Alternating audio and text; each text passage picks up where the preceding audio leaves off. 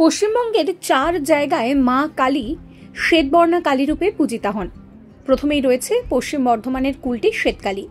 পশ্চিম বর্ধমানের কুলটিতে শ্বেতবর্ণা কালীর পুজো করা হয়। 2005 সালে দেবীর প্রতিষ্ঠা হয় এবং পূজারী মধুমেহ ঘোষ তিনি স্বপ্নাদেশ পেয়ে এই কালীর পুজো শুরু করেন। কথিত আছে এককালে নাকি শ্রীরামকৃষ্ণ এই রূপ কালীর দর্শন পেয়েছিলেন।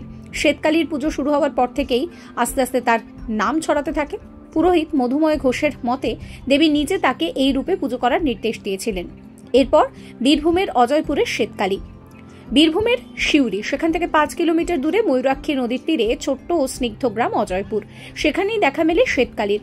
1978 সালে ভয়াবহ বন্যায় নদীর পাড়ে একটি গ্রাম পুরো ভেসে যায়। সেখানকার গৃহহীন অসহায় মানুষরা এই অজয়পুরে এসে বসতি স্থাপন করেন। সেই দলে ছিলেন একজন সাধু। কথিত আছে তিনি নাকি শ্বেতকালীর পুজো শুরু করেছিলেন এই গ্রামে। অন্যান্য কালী পুজোর থেকে এই পুজোর রীতি একটু আলাদা। অমাবস্যা নয়, অগ্রহায়ণ মাসের পূর্ণিমা তিথিতে এখানে মা পূজিতা হন। লোকমুখে শোনা যায় এই সাধুর চিন্তাভাবনা ছিল একেবারেই ভিন্ন ধাঁচের। তিনি মনে করতেন যে অমাবস্যার নিকষ অন্ধকারে পুজোর রীতিনীতি ভালোভাবে পালন করা যায় না, তাই তিনি সিদ্ধান্ত নেন পূর্ণিমা তিথিতেই পুজো করার। এই সাধুর সাতকুলে কেউ ছিল না, তাই মৃত্যুর আগে এই পুজোর দায়ভার তিনি দিয়ে যান এক শিষ্যকে। প্রতি বছর সেই শিষ্য ঋষিকেশ মহারার বংশধরেরাই এই পুজো করে আসছেন। এরপর রয়েছে রাজবলহাটের শ্বেতকালী। হুগলি জেলায় রয়েছে এই মন্দির।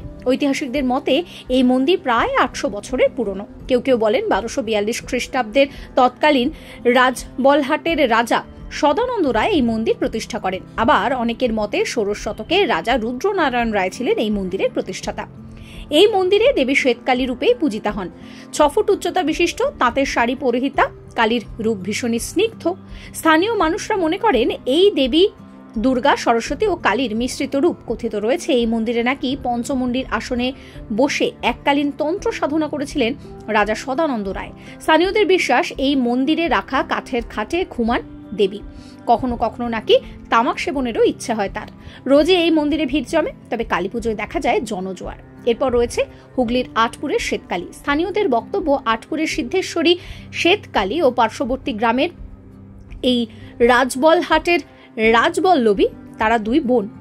গড় ভবানীপুরের রাজা সদানন্দ প্রতিষ্ঠা করেন এই দেবীকে, আর রানী তারা দেবী স্বপ্নাদেশ পেয়ে এই সিদ্ধেশ্বরী শ্বেতকালীকে আটপুরে প্রতিষ্ঠা করেন। স্বপ্নে নাকি দেবী জানিয়েছিলেন পূর্ণিমার পূর্ণচন্দ্রে যেন তার রূপের মতন একেবারে এক রকমের হয়। সেই নির্দেশ মেনেই পালন করা হয়, দেবীকে তৈরি করা হয় এবং সেই নির্দেশ মেনেই প্রতিষ্ঠা করা হয় শ্বেতকালীকে। Follow for more.